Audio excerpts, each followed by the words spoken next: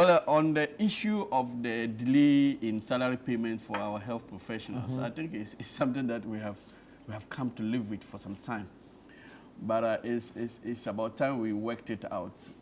Like you are saying, when we came in as a government, there were nurses who were engaged. You know, we've just been like 8-9 months now in power, and so some of them had been engaged before the onset of the NDC administration. True. But you inherit both the assets and the liabilities. So having inherited that recruitment, it means that recruitment was done without an arrangement for their salaries, which was why they have not been paid. So for a government that has been like 8-9 months, it means that this is an issue that it came to inherit. But as for me, the issue of the nurses, the teachers, and their allowances and their salaries and those things, I think we have to look at it in a bigger picture. For instance, I ask myself, you look at how the whole process starts. Now, we have to get them into schools for training. Is that not it? True. Government spends. Once in training, they have to be given allowances. We are still talking as to whether we should maintain allowances or loans. Whereas politicians that politicize it. No, government spends. Then school is completed. You understand? Yeah. Employed. In fact, sometimes they, after completion, they sit for some years, before they get postings. And then there are agitations. We've been sitting. As we speak, I think when NDC came to power, throughout the last 4 years of MPP, they never recruited a single health professional. From 2021, in fact, it was even from 2020 to 2024. And so we had like 4-5 year backlog to clear. And that is still an issue that this government has to deal with. Now, if you employ them, now the next phase, if you employ, you are only solving a part of the problem, because now the next phase is they are working, no pay. You understand? And then and all those things. So I think it's an issue we have to look at. There was a time the health minister came to Parliament, and then he made a very laudable suggestion, and I even asked him a question on that. You know about these issues. This same health minister, and in the 9th Parliament. Yeah, in the 9th Parliament. Very well. It was to do with these health professionals. You know, there are some of them who are specialized in various areas. True. You understand? And when you are specialized, it gives you an upper hand in terms of the demand for you. Right. On the labor market, and it's especially at the international level.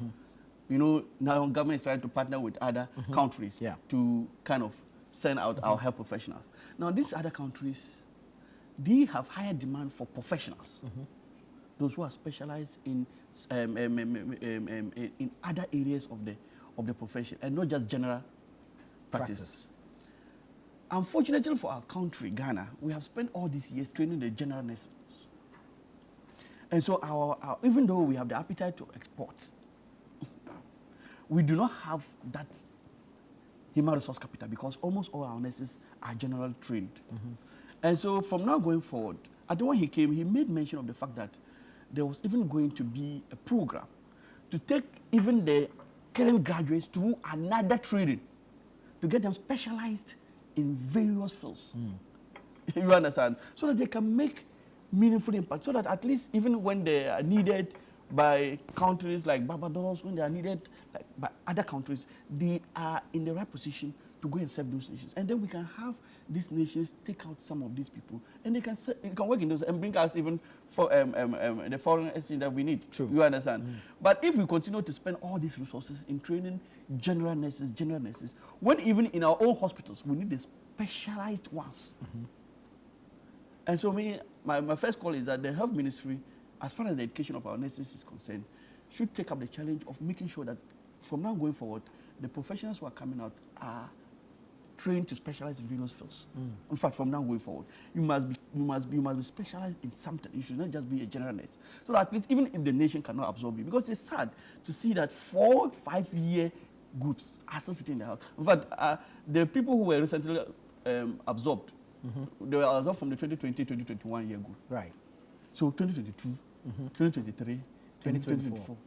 They're still sitting home. They are still sitting, waiting for posting. Now they will be protesting. When they are protesting, and then you absorb them, now they'll come to unpaid salaries. You understand? So there are phases of this. How do we nip this in the bud?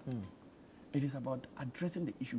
If there are demands for them internationally, let's prepare them for the international market so that we can get as many of them as we can do. Well. And on the issue of the salary, I have no doubt that the government, as we speak, is in fact, if you look at the assurance that was given by the health minister, he gave the assurance that clearance has been sought for quite a number of them, and they will be paid in no time.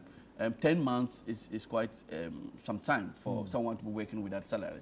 And so I think I commend the government and the minister in particular for putting in the necessary measures to make sure that they are paid. So we should take his word for it. Inshallah, I'm very sure, I'm very positive that something will come out of it. Very well.